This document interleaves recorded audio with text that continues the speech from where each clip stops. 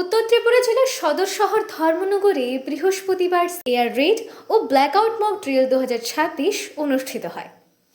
ধর্মনগর মহকুমা প্রশাসনের তত্ত্বাবধানে আয়োজিত এই মহড়ার উদ্দেশ্য ছিল সম্ভাব্য জরুরি পরিস্থিতিতে প্রশাসন ও সাধারণ মানুষের প্রস্তুতি ও সমন্বয় যাচাই করা। বিকেল 4টায় মহকুমা শাসক কার্যালয় প্রাঙ্গণে মহড়া শুরু হয়। বিকেল 4টা থেকে 4টা 2 মিনিট পর্যন্ত সাইরেন বাজিয়ে সম্ভাব্য এয়ার রেডের সতর্ক সংকেত দেওয়া হয়। এরপর রাস্তা থেকে গাছ সরানো, আহতদের উদ্ধার এবং ফায়ার সার্ভিসের উদ্ধার কার্যক্রমের প্রদর্শনী অনুষ্ঠিত হয়। মহড়ার অংশ হিসেবে বিকেল 5টা 30 মিনিট থেকে 5টা 40 মিনিট পর্যন্ত ব্ল্যাকআউট কর্মসূচি পালন করা হয়। এই সময় অন্ধকারে জরুরি পরিস্থিতিতে করণীয় বিষয়গুলোর অনুশীলন করা হয়। এ বিষয়ে বিস্তারিত জানান ডেপুটি কালেক্টর ও ম্যাজিস্ট্রেট সুমন মোরা সিং।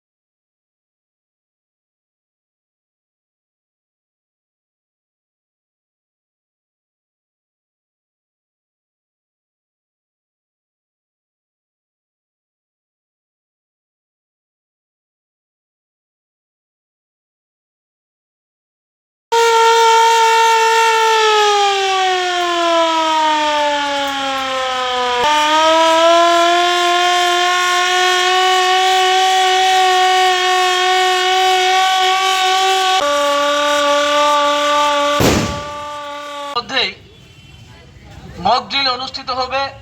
আপৎকালীন পরিস্থিতিতে কিভাবে নিজেকে এবং নিজের চারপাশের সকলকে রক্ষা করতে হয় সেই মর্মে একটা ট্রেনিং প্রোগ্রাম অনুষ্ঠিত হবে। এই ট্রেনিং প্রোগ্রামে আমরা এই দপ্তরের সামনে উপস্থিত যারা সুনাগরিকবৃন্দ রয়েছেন এবং আমাদের দপ্তরের সমস্ত কর্মচারী বন্ধুদের দৃষ্টি আকর্ষণ করছি, don't panic, it's a mock drill. আমাদের এই ডিস্ট্রিক্টটা মানে আন্তর্জাতিক সীমানার পাশাপাশি অবস্থানরত একটা ডিস্ট্রিক্ট এবং সাব ডিভিশন উভয়ই বলতে পারেন। তো ফলে আমাদের রাজ্যের কর্মসূচি অনুসারে আজকে এয়ার রেড এবং ব্ল্যাকআউট এই দুইটি বিষয়ের উপর আমাদের মহড়া অনুষ্ঠিত হওয়ার কথা।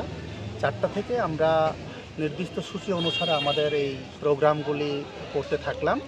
প্রথমে 4টার সময় বম্বিং হয়, এয়ার রেইড হয়, সাথে সাথে সাইরেন বাজিয়ে সকলকে সতর্ক করা হয় এবং হ্যাম রেডিওর মাধ্যমে যেই সব স্থানে আমাদের খবর পৌঁছানোর কথা ওই সব দপ্তরে আমরা খবর পাঠাই। যথারীতি আমাদের উদ্ধার কর্মীরা উদ্ধার করতে থাকেন এবং এমার্জেন্সি এবং ফায়ার ডিপার্টমেন্টের কর্মীরা আছেন, তারপরে আমাদের হাসপাতালের চিকিৎসক এবং স্বাস্থ্যকর্মীরা আছেন। উদ্ধার কাজে অংশগ্রহণ করার পরে ওদেরকে আমাদের চিকিৎসা করানো হয়, এরপর হাসপাতালে স্থানান্তর করা হয়।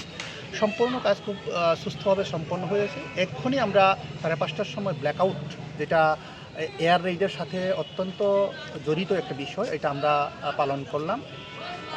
আমাদের যারাই অংশগ্রহণ করেছে, এটা স্বাস্থ্যকর্মী বলুন আর এমার্জেন্সি সার্ভিসের যারা আছেন, বিদ্যুৎ দপ্তরের কর্মীরাই বলুন, সবাই খুব ভালোভাবে অংশগ্রহণ করেছে এবং সবার কাজ প্রশংসাযোগ্য।